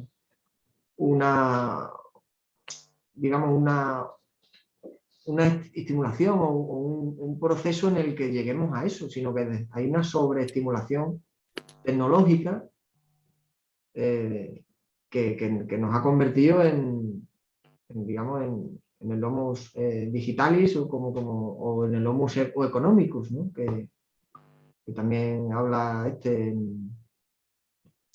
el antropólogo, que no me acuerdo el nombre, ¿cómo se llama? Juan Pedro. Se me ha ido de la... ¿Tienes el micrófono? El francés es Henry. No. Henry. No, ahora no me acuerdo cómo se llama. Bueno, da igual. Es decir, que somos un ser económico y digital o tecnológico, ¿no? Y eso lo que prima es el ente. El ente son las cosas, los objetos, es decir, los fenoménicos, la parte nuestra que conecta con lo necesario se ha ocultado. De hecho, la muerte se oculta, el dolor se oculta, el sufrimiento se oculta, todo está medicalizado. Y todo tiene una terapia de entretenimiento para ocultarlo, para no trascenderlo, porque eso no se puede vivenciar, es peligroso. Las terapias, tú sabes que terapias psicológicas son terapias de parcheo del yo, es decir, no son una terapia donde se profundice en la sombra, ¿no? Como dice Jung, ¿no? Ahí es donde está la curación. Lo otro es simplemente, pues eso, se hace asanas de yoga, bien, pues para estar un poco tranquilo, que el cuerpo se equilibre un poco y seguir funcionando al día siguiente en el mercado laboral y en la inercia esta tecnológica suicida del progreso, ¿no? que nos está llevando pues al precipicio y al colapso, ¿no? Que es lo que tú querías, digamos, hablar, ¿no? También, ¿no? sobre ello, ¿no? Lo estamos viviendo, es decir, no es algo que esté como hace 50 años, ¿no? Que esté, digamos, que se ponga, digamos, como una advertencia, ¿no? Sino que ya lo estamos viviendo, ¿no? Estamos viviendo el agotamiento de los recursos, estamos viviendo la superpoblación, las epidemias, estamos viendo la vuelta a las guerras por el poder. Es decir, que eso está sucediendo, no es algo que... El que no lo vea, pues claro, sí. ¿No? Otra cosa es que, como yo digo, ¿no? Sí, sabemos que es así, lo comprendemos, pero no lo compartimos, ¿no? Como hablaba esta autora que leíste, ¿no? Es decir, comprender no es... Justificar. No es Justificar. justificar, exactamente, ¿no? Esa es la palabra, no se puede justificar, ¿no? Sí que lo entiendes y, bueno, pues uno puede tener altibajos de esa angustia que te puede producir. Pero al final, pues, actúa uno con desapego y, bueno, pues sabe que podemos extinguirnos, así, sin más. En definitiva, optas por la tesis pesimista, es decir, la condición humana no da para más, como... Yo creo que no. Como diría, ¿eh? Yo creo que no. Porque es muy raro, digamos que el comprenderlo es raro, es muy raro, muy raro. Sí, entonces no, si te fijas, y lo has dicho así de pasada, Spinoza, pero si te fijas, digamos, en los autores, tanto los científicos como los filósofos, como los artistas y tal, son rara avis y son vivencialmente gente solitaria.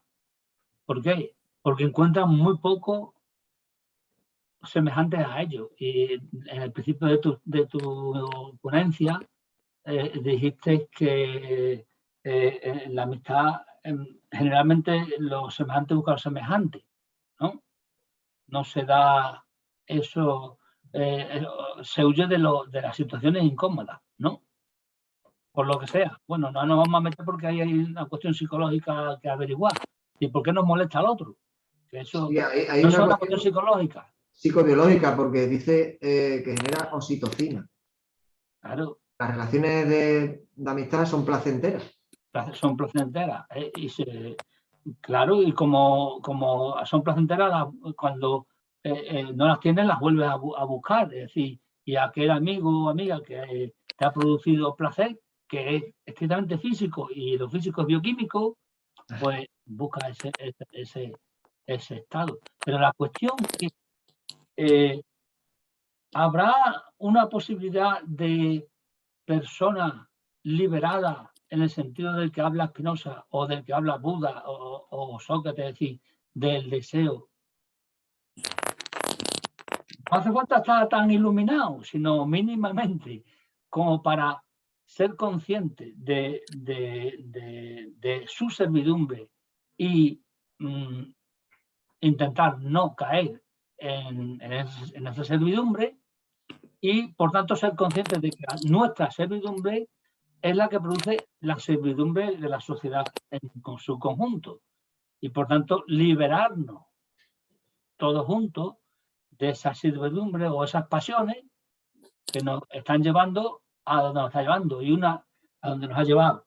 Y una de las pasiones es simplemente la indiferencia o la ignorancia, no ya ignorancia en el sentido de no sé qué no sé, sino ignorancia en el sentido de decir, bueno, sí, pero ya lo sé, pero a mí déjame tranquilo. No quiero historias que de eso me marea, me pone malo, me hace pensar en mis hijos, en mi esto y me pongo enfermo. Pero es que lo decíamos el otro día, en la meditación me parece.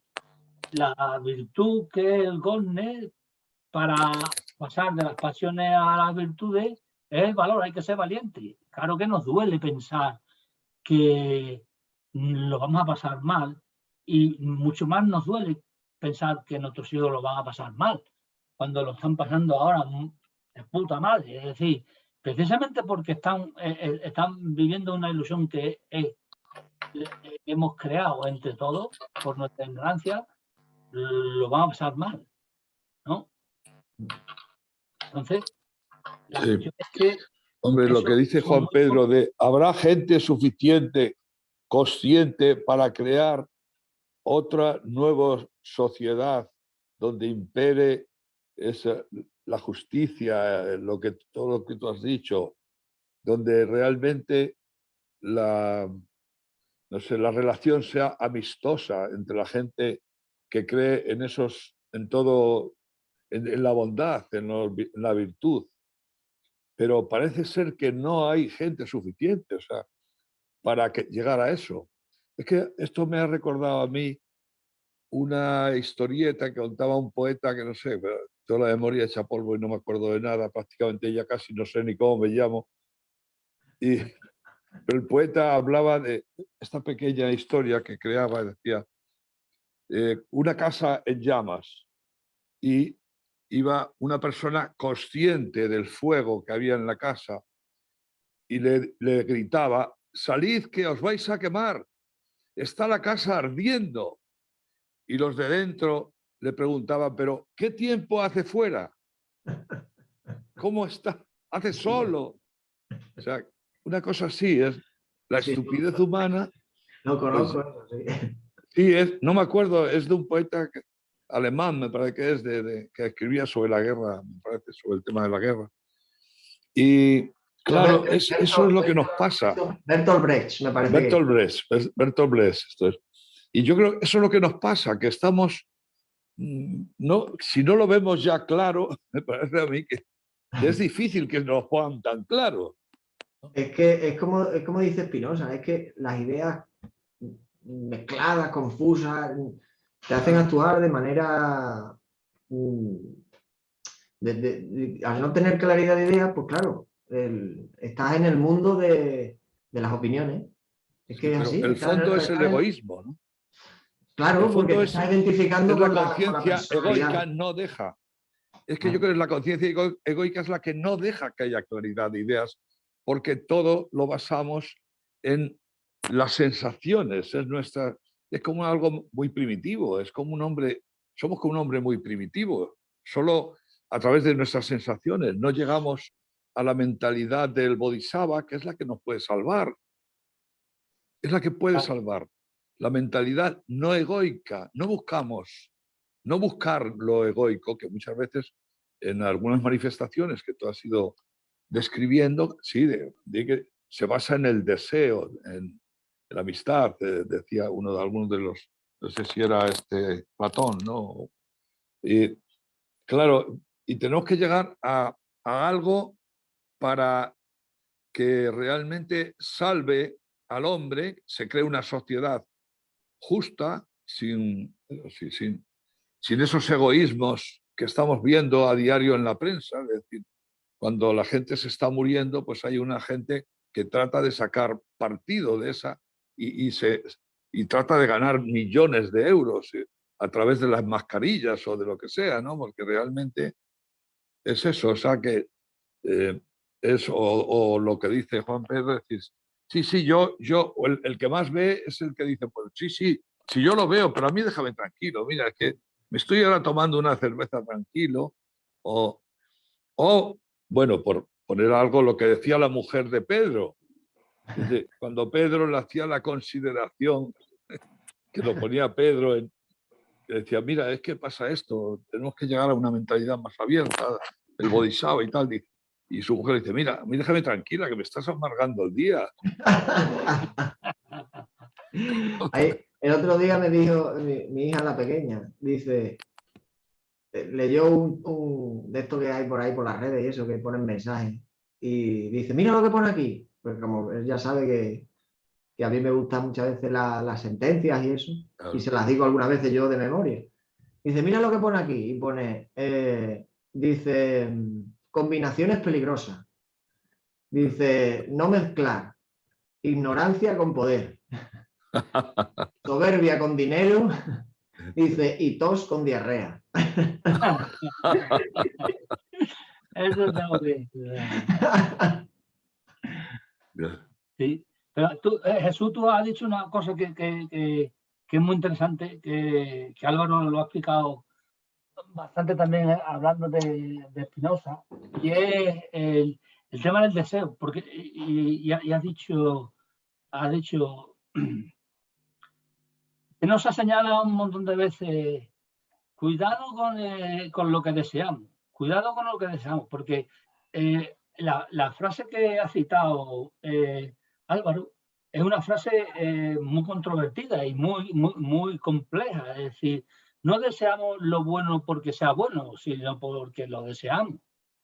O lo bueno no es bueno porque sea Sí. bueno, sino porque lo deseamos. No, ¿No? pero primero Juan Pedro dice, Un porque lo momentito. consideramos bueno. Claro, pero El peligro está ahí. Lo sí, juzgamos bueno, pero sí, dice. ahí está. Lo Cuidado con juzgamos lo como que desea, bueno. cuidado, bueno, dice, cuidado con lo que deseamos o con lo que consideramos que es bueno, ¿no? Y como lo consideramos que es bueno, lo deseamos. ¿Por qué? Porque si nos equivocamos, estamos en el infierno, digamos, en el sufrimiento. Pero claro, ahí hay un salto. Y hay un salto muy sencillo, que es el de la ley de la entropía en la ética, que yo así me lo he inventado yo, vamos, que todo lo invento mío, desde ya los 30 años. La ley de la entropía, no sé si lo cité el otro día en la meditación, la ley de la entropía en la ética para mí es la pereza. Entonces, si no nos cuesta esfuerzo, seguro que lo que deseamos no es bueno. Porque tendemos al desorden, a lo fácil. Y entonces caemos en la esclavitud, porque simplemente la pereza ya es una forma de servidumbre, que la llama Spinoza, ¿no? Es decir, ya es un afecto aflictivo que constriñe a yo o no produce el conatus en el sentido de potenciar el yo y producir alegría. La pereza al final te lleva a un estado de tristeza, o llamamos depresión, de melancolía, etcétera, etcétera. Sin embargo, la alegría es como un activador, ¿no? Entonces, la alegría es algo que lo tiene uno por el propio amor propio, no, amor de sí mismo.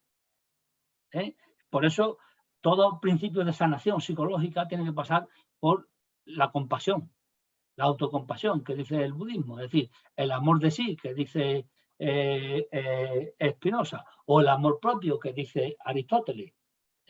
Si todos vienen a decir lo mismo, uno de una palabra y otros de otra. Entonces, cuando tenemos ese amor a nosotros mismos, entonces se produce la alegría. Y ese es el motor para que aparezca el valor. Sin valor, sin valentía, somos incapaces de realizar ese esfuerzo de salir del estado de entropía, digamos, o de pereza.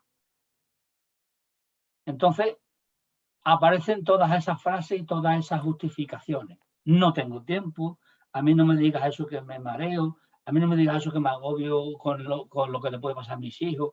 Eso es mentira, porque hay muchas teorías científicas y no sé qué, no sé cuánto, etcétera, etcétera, etcétera.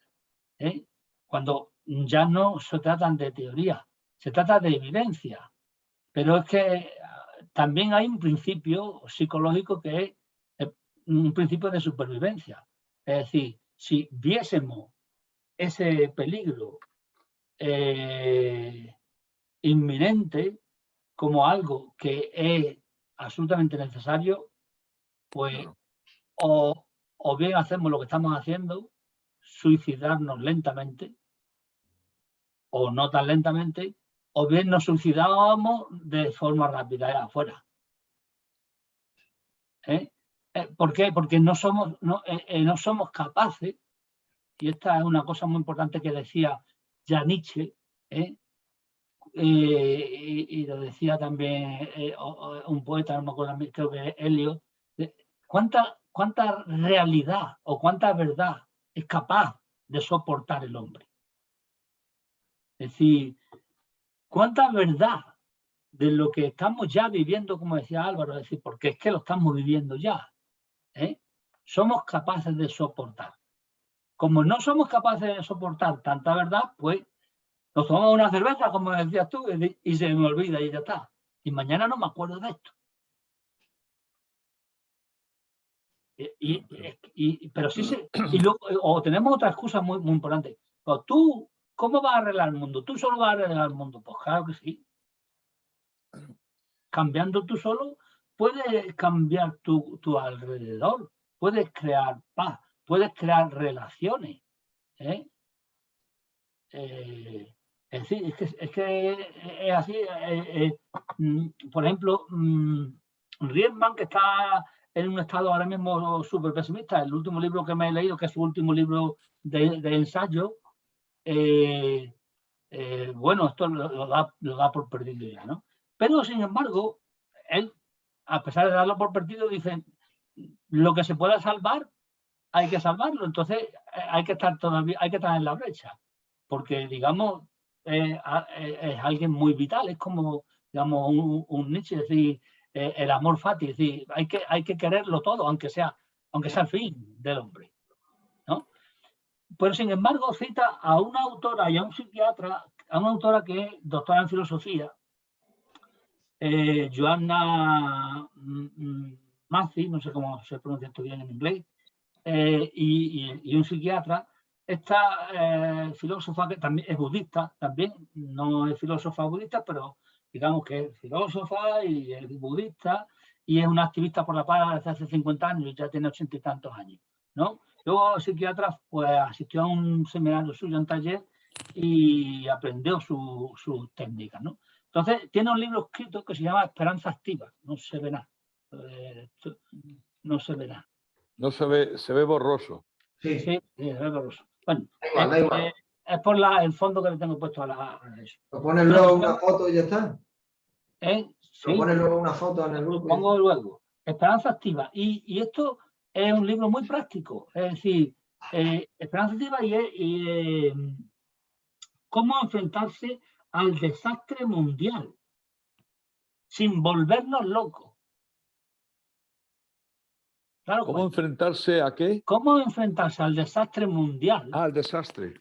Es decir, que esta también lo sabe. Que Sin volvernos locos. Exacto. Pero, sin embargo, dice que nos podemos enfrentar a títulos individuales, pero claro, a títulos individuales formando grupos. Es decir, la acción es siempre grupal. Por ejemplo, lo que estamos haciendo aquí, aunque no lo parezca, es una forma de acción, porque produce en nosotros, activa la bodhisattva, el querer despertar y la compasión. Y eso queda activado en nuestras relaciones con los demás. Además de que planteamos el esfuerzo de aprender, para aclararnos un poco cuál es la naturaleza humana y qué es el hombre. Y también hacemos el esfuerzo de practicar, de meditar, para autoconocernos cada uno individualmente, para llegar a liberarnos de esas pasiones que nos oprimen o que nos convierten en esclavos. Entonces, muchas veces nos menospreciamos, decir, pues, no hacemos nada. No, sí estamos haciendo. Lo que pasa es que no nos damos cuenta y al no ser conscientes tiene menos efecto, pero si somos conscientes tiene más efecto. Sí.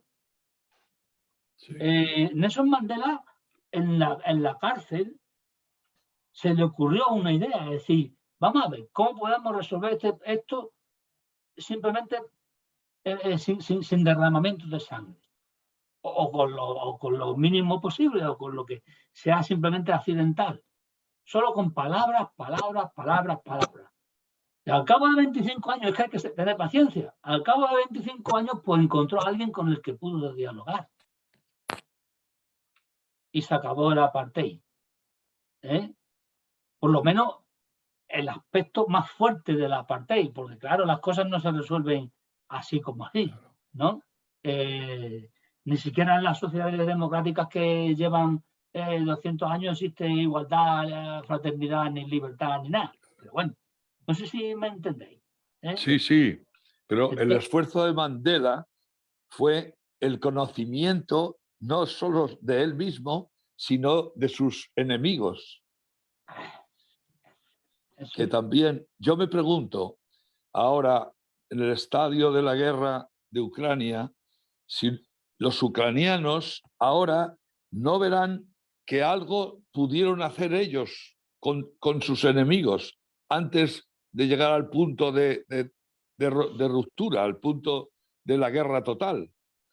Digo yo, a lo mejor si conocemos a nuestros enemigos y vemos que sus planteamientos, algo hay también en sus planteamientos de verdad. Digo, siguiendo al tema de Mandela, ¿cómo plantea él? Plantea conociendo a los carceleros, a los que lo custodian a él, qué piensan, qué hacen, cómo... Bueno, y él busca... Eso es muy bueno. ¿Y cómo se comporta además Mandela con sus carceleros? ¿Y cómo se comporta él? Claro. Con compasión, con amabilidad. Con respeto, con compasión, no despreciándolos, que es lo más habitual en las cárceles, creo yo. Claro. Y fuera de las cárceles también. Y fuera de las cárceles. Aquí nos despreciamos por grupos, nos despreciamos unos a otros. Los nacionalismos, los equipos de fútbol, todo claro. Es desprecio al contrario. Bueno, y Mandela llega a un conocimiento y a un aprecio de sus carceleros. Y de ahí surge todo el potencial de poder cambiar las cosas, por lo menos el avance fuerte del apartheid, ¿no? Pero yo me pregunto que si analizando la guerra de Ucrania también nos puede dar, y a los ucranianos y a todos, nos puede dar muchas luces también, ¿no? Claro, a los europeos, a los europeos, a la confrontación con Rusia, a la OTAN, claro, porque hay ideas que yo creo que tienen sentido. Dice, cuando dicen, los rusos dicen, cuando Gorbachev, digamos, disolvió el Pacto de Varsovia, pues hubiera sido el momento ideal de disolver la OTAN. Claro. Porque si un bloque disuelve, pero se hizo todo lo contrario, Pues ahora nos vamos a animar más. Me tengo que ir. Me Sí, tengo que ir. bueno, No, que podéis sí, seguir. Ya lo dejamos. Está muy ya bien, lo ¿no? dejamos, Porque sí. a mí me ha gustado mucho, ¿eh? Está muy Sí. bien documentado y muy lineal y muy esclarecedora. Muchas Sí, gracias. está muy interesante. Gracias a vosotros por escucharme. Bueno, Bueno, que pues, entonces, felices vacaciones, ¿no? sí, Sí. ya la semana que viene, bueno, los que meditamos por la mañana, no sé si me Esos ¿no? los nuevos meditadores. Bueno, si Sí. meditáis, me uno a las 8:30 en vacaciones. Vale, no sé si meditarán en vacaciones o no. Pero Bueno, bueno, Venga, bueno, pues ya nos vemos. Esto, si quieres, me hacen una sinopsis chiquitita, muy cortita, para ponerla, porque es que para rellenar el campo en YouTube, ¿sabes? vale, Para que lo hagas tú, para no hacerlo yo, ¿sabes? vale. muy bien. No sé, Bueno, 5 o 6 líneas. Un resumen De 5 o 6 líneas. 5 o 6 líneas. Está. Vale. Venga. bueno, que vaya bien todo. Vale, Igualmente. venga, Venga, igualmente. Adiós, buenas noches, gracias. Adiós.